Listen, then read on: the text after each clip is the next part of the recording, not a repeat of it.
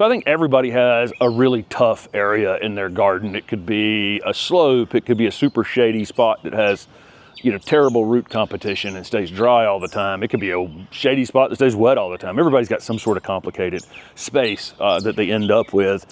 One of our more complicated spaces is out here at the road where the asphalt, you know, the sun comes up across the street here and hits this asphalt, heats it up all day long, really fries the things in this bed. This is the sunniest area in the garden. It doesn't, the sun doesn't, you know, there's no shade on this until probably 5 in the evening, something like that. The fence will offer a little bit of shade on the roots a little earlier than that, but not much earlier than that. This is just a spot where the sun just tracks directly over. And you combine that with, we have this clay soil, and then you put a curb in, which is a backstop. So any watering we do up here in the main garden, luckily we don't have to do a whole lot, but we have a lot. The way we've improved this soil, all the rain that falls in here stays here. It ends up against the back of this curb ultimately. So that can be problematic. So I combined, you know, a compacted clay area with water and then extreme heat, and heat that releases all night long. So it doesn't even cool off out here. It's like, what do you plant there?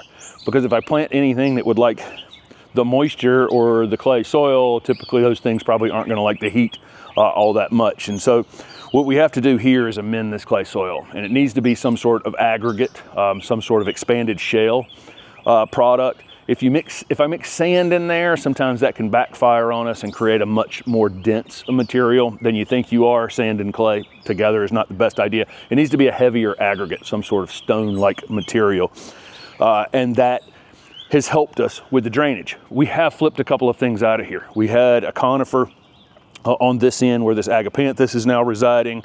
We're probably going to have to take out, ultimately take out the green penguin pine. Unfortunately, I don't want to take it out, but the heat is really added up over time. I think a dog has come through here and targeted it a couple times as well. It doesn't seem to be all that tolerant of that. It's alive, but we can see it's in decline a bit, and some of the new growth on it within the last couple of weeks has really started to look like it's, you know, we knew when we put it in here. This is a plant that doesn't, it's zone 7 probably is even too hot. But you know, you try things. We put some sedum around it. We've kept it well mulched. You know, we've done the things to try to make the adjustments, but it's just too hot. Ultimately, it's just too hot out here. If we were to get another replacement for this one, because we love this plant, it would probably go up against the front foundation where it would get all this sun, but the house would put it in the shade earlier. This is probably getting, if we had it up here on the foundation, it'd probably get 4 less hours of sun every day, but it still gets sun. You know, these conifers, most of these conifers need sun. So that would have been helpful ultimately. But we're going to go through and talk about a few of the plants that we've added out here. Maybe go over a couple that have already been out here that, you know, seem to be really holding up in it. But this is one of those extreme heat spaces, and combined with a very poor soil situation, that's caused us to have to rethink it a little bit. This is a product called permatil. This is actually what we use out here. It's not available everywhere, unfortunately. If you go to a specialty garden center, or go to a garden center, a small garden center probably in our area of North Carolina, you can find it in probably a few states around us, but I don't know why it's not all over the country. I don't know if it can be mail ordered, but there are other expanded shale companies. This product just works extremely well. You could use some sort of small pea gravel or something like that and maybe get away with that, but this permatil is unbelievable. I mean, there are a lot of gardens in our area. If you go to a Juniper Level Botanic Garden, you know, Tony's used this in lots of different ways to grow lots of interesting plants that really wouldn't want to be in anything else. I mean, it's almost planted directly in almost all permatil, and it's just unreal. It's unbelievable. It's just a good product. You know, one of the temptations on something like this might be to put some sort of swell behind the fence there and direct the water out of the garden into the driveway or whatever, and off of the space. I just don't want to do that. I really want to collect all the water I can in the garden, and then just have the plants out here where that water can get down below them. You know, it can permeate permatil. You know, it can permeate down through the ground and get up under the roots where it's not sitting right up on the crown of the plant. So a couple of things we did out here, again, there was a conifer on the corner and the agapanthus has replaced it. So this is, you're gonna see South African natives, Mediterranean plants, Southwest natives. There's a group of plants that definitely will take, this kind of heat island situation as long as we're getting the water away from the roots on them. One of the more interesting plants we have out here we planted last year is that Virginia agave. So we have a native agave that went in right at the base of it, and you can actually see, if you go to the right just a little bit of that permatil is on the ground right there. So this is this is planted in permatil. It looks like any other mulched place in our garden, but it's probably 50 to 60% permatil, 30-40% native soil in that spot, and that allows it made it through the winter, didn't even blink. But that is a native agave to the eastern part of the country. What else did we add, Steph? We added a chef's choice rosemary out here. Rosemary is another one that would definitely prefer not to have that water backed up against the back of that, curb, but it will take the heat. So if I solve the water problem, and the compaction problem, that should be good to go. I could have just dug a lot of this clay out to start with probably, and then mixed in the entire space with permatil just to start with, but we're just doing it hole to hole. That's how we have done it over the time. I'm going to show you a few of just things you could probably just find wherever, and then we'll show you a couple of specialty things like that native yucca over there that may be a little harder to find. This Bright Side series of Erissimum is unbelievable.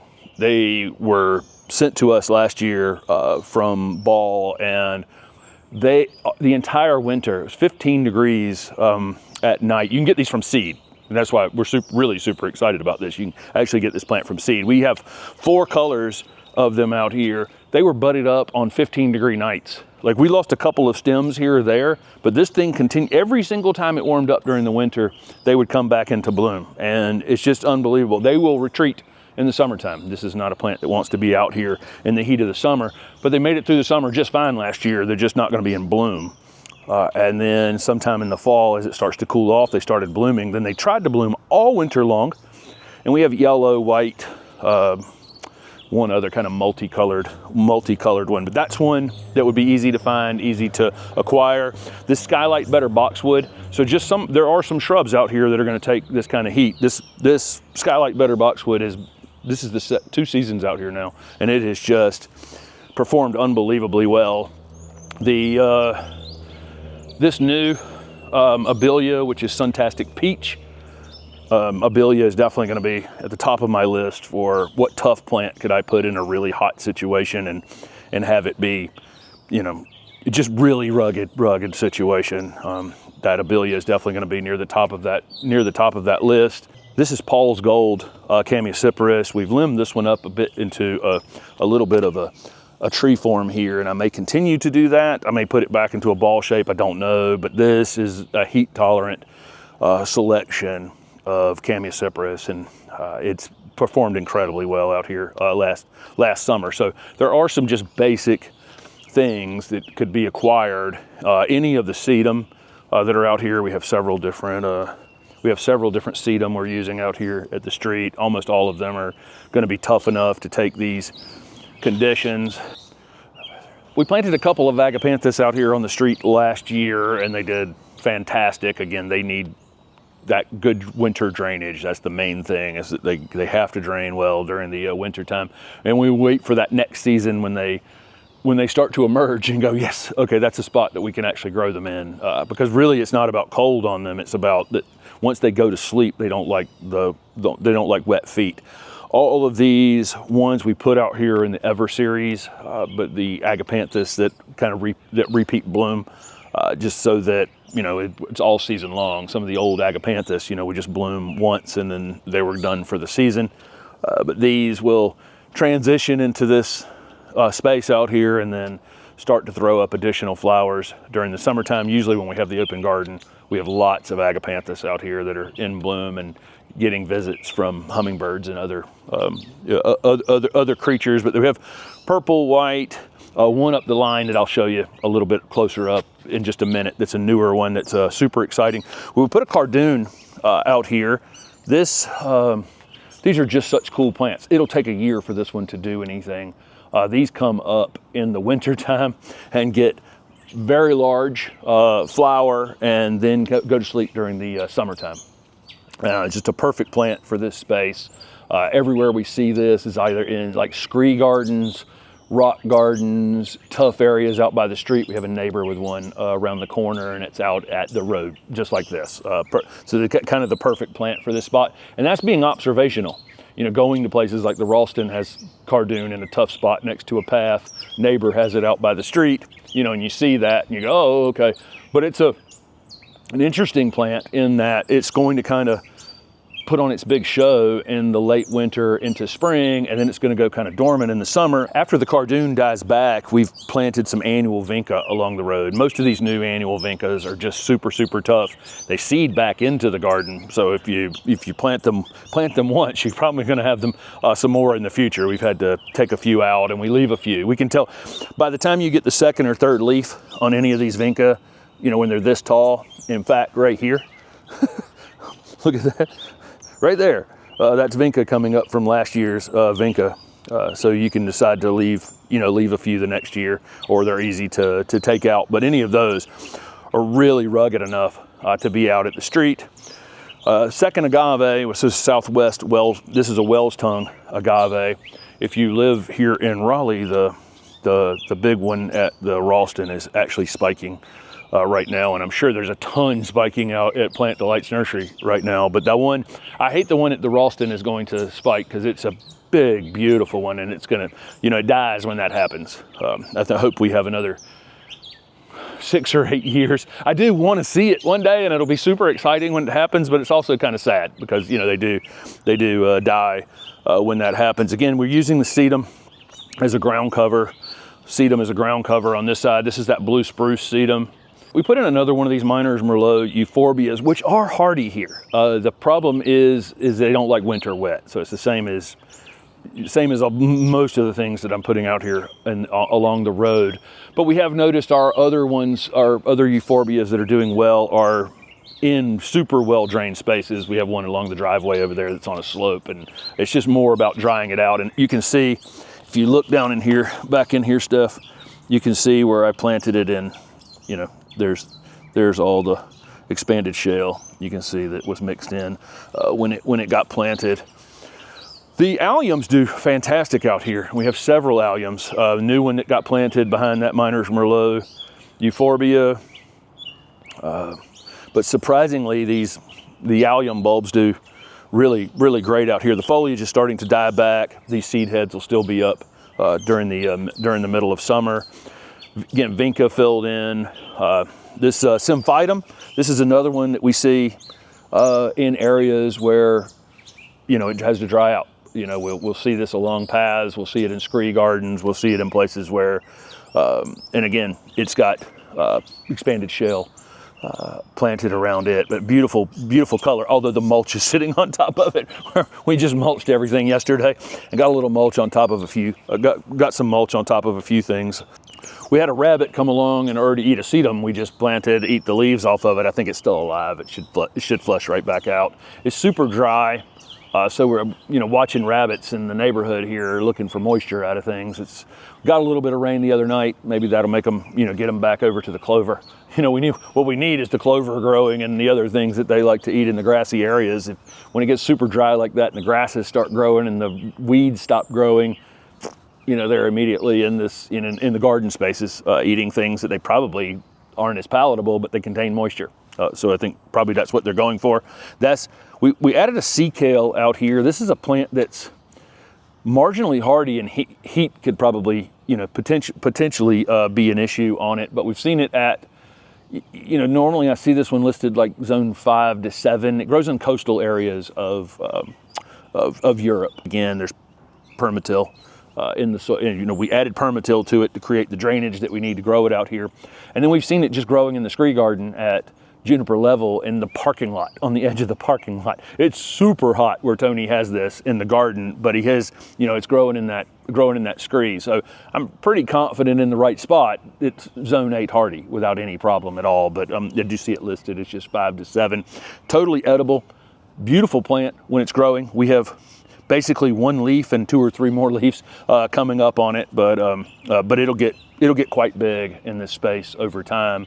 And again, we're putting it in a place that we've seen it growing well locally, which hopefully, you know, just mirroring that will help get that established. We do have one other plant that I thought about. We have a Joshua tree that someone gave us. We'll see how well it does out here. It's definitely heat tolerant. There's nothing probably more heat tolerant than this particular plant. It's a very small one. It's a seedling that someone gave us, so we're hoping that that will survive out here. And I basically have it in almost pure permatil. So hoping that that one actually performs. It's got some new growth on it. So hoping. We cut back the nice and easy yucca, which was about this tall last year, and waiting for some new. We've got one here that's got a little side branch on it already. This is a beautiful, beautiful yucca, and by the time people are here for the open garden, it'll be covered in new growth. It readily gets side, and I see another one coming up right there, Steph, right in the bed, right there. You see that back there? So it's offshooting all over the place. So this will be a beautiful patch of that nice and easy yucca by the time everyone's here. Temporarily though, I wanted to saw it off because they were this long and they were flopped over on their side. So cut them in half, flush them back out, should be great. So this has been a tricky spot. You know, and I don't think any other spot in the garden have we had to kind of rethink, you know, as we've gone on, because that combination of heat with water, you know, with super compacted soil. I mean, really compacted soil out here by the road has created some, you know, conditions where we've had to change a few things out. We've had to go with more Southwestern natives, South African natives, Mediterranean plants, and then they don't fully like it. So then I got to modify the soil some, you know, with that aggregate material in order to create the drainage, and then everything's happy. You know, at that point, you know, we knew. You know, with the agaves and the agapanthus and other things, you know, that had been put out here. There's some lavender that was added to out here, again, treated exactly the same way, another Mediterranean type plant that was treated the same way where it can drain readily. And I think we've, hopefully we got it whipped. I don't really know. We will need a replacement for this one particular spot, but it doesn't mean we've won. You know, anytime you have something like this and you think you've got it won, you may not. One thing about it though is about rescuing things pretty quickly. I should probably, sooner than later, if I'm going to try to keep this, would be to try to move it.